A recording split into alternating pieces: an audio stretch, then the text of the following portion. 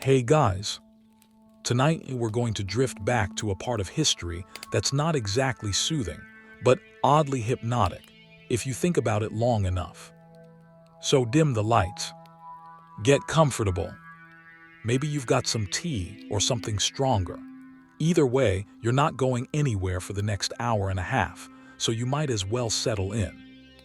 Because tonight, we're talking about people whose entire job, their literal profession, was to end lives for a living. Yes, the medieval executioners. But don't worry, this isn't going to be one of those loud, gory documentaries that yell death and torture every 5 minutes.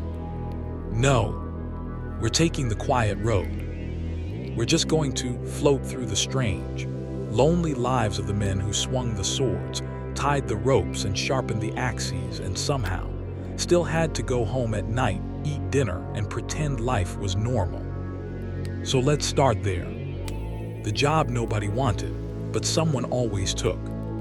In the medieval imagination, the executioner was both necessary and despised. Society needed him to do its dirtiest work, but then immediately wanted to forget he existed. Sort of like your medieval version of delete browsing history.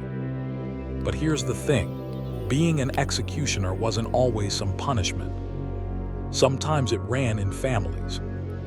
Yes, father to son. Imagine growing up and realizing that your dad's advice about career stability involved decapitation. The weirdest part, executioners were technically public servants.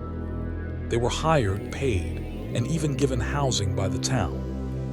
And yet everyone hated them. People avoided them in the street. Priests hesitated to give them communion. They couldn't even buy bread from a baker because, the hands. Apparently chopping off heads made people uncomfortable during breakfast. Living outside the walls. So most of these guys didn't live inside the town. They lived just outside the city gates in a small house or cottage, usually near the gallows. Imagine your morning commute being about 30 seconds. Step outside, check your tools, hang a guy, and go back home for stew.